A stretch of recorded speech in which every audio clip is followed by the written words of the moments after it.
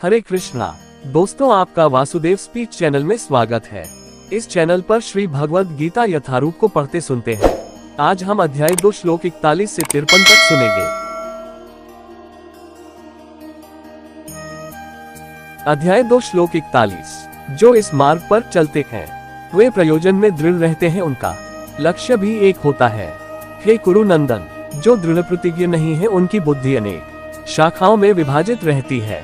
अध्याय 2 श्लोक 42 श्लोक 43। अल्पज्ञानी मनुष्य वेदों के उन अलंकारिक शब्दों के प्रति अत्यधिक आसक्त रहता है जो स्वर्ग की प्राप्ति, अच्छे जन्म, शक्ति इत्यादि के लिए विविध सकाल कर्म करने की संस्कृति करते हैं। इंद्रिय तृप्ति तथा ऐश्वर्य में जीवन की अभिलाषा के कारण वे कहते हैं कि इससे बढ़कर और कुछ नहीं है। अध्याय 2 श्लोक 44। जो लोग इंद्रिय भोग तथा भौतिक ऐश्वर्य के प्रति अत्यधिक आसक्त होने में ऐसी वस्तुओं से मोहग्रस्त हो जाते हैं, उनके मनों में भगवान के प्रति भक्ति का दृढ़ निश्चय नहीं होता। अध्याय 2 श्लोक 45।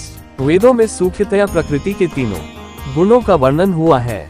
हे अर्जुन, इन तीनों गुणों से ऊपर उठो, समस्त द्वैतों और लाभ तथा सुरक्षा की सारी चिंताओं से मुक्त होकर आत्मा परायण बनो। अध्याय 2 श्लोक 46। एक छोटे से कूप का सारा कार्य एक विशाल जलाशय से तुरंत पूरा हो जाता है। इसी प्रकार वेदों के आंतरिक तात्पर्य जानने वाले को उनके सारे प्रयोजन सिद्ध हो जाते हैं। अध्याय 2 श्लोक 47।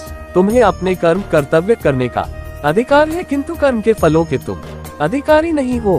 तुम न तो कभी अपने आप को अपने कर्मों के फल का कारण मानो, न ही कर्म न करने में कभी आसक्त हो। अध्याय 2 श्लोक 48। हे अर्जुन, जय अथवा पराजय की समस्त आसक्ति त्याग कर संभाव से अपना कर्म करो, ऐसी समता योग कहलाती है। अध्याय 2 श्लोक 49। हे धनंजय, भक्ति के द्वारा समस्त गर्हित कर्मों से दूर रहो और उसी भाव से भगवान की शरण करो। जो व्यक्ति अपने सकौम कर्म फलों को भोगना चाहते हैं वे कृपण हैं। अध्याय 2 श्लोक 50। भक्ति में संलग्न मनुष्य इस जीवा में ही अच्छे तथा बुरे कार्यों से अपने को मुक्त कर लेता है। आता ही योग के लिए प्रयत्न करो, क्योंकि सारा कार्य कौशल यही है। अध्याय 2 श्लोक 51। इस तरह भगवत भक्ति में लगे रहकर बड़े बड़े ऋषि, मुनि अथवा भक्तगण अपने आप को इस भौतिक संसार में कर्म के फलों से मुक्त कर लेते हैं। इस प्रकार वे जन्म मृत्यु के चक्र से छूट जाते हैं और भगवान के पास जाकर उस अवस्था को प्राप्त करते हैं जो समस्त दुखों से परे है। अध्याय 2 श्लोक 52। जब तुम्हारी बुद्धि मोह रूपी सघन वन को पार कर जाएगी तो तुम सुनने योग्य सबके प्रति अन्यमनस्क हो जाओगे। अध्याय 2 श्लोक 53। जब तुम्हारा मन वेदों की अलंकारमयी भाषा से विचलित न हो और वह आत्म साक्षात्कार की समाधि में स्थित हो जाए, तब तुम्हें दिव्य चेतना प्राप्त हो जाएगी।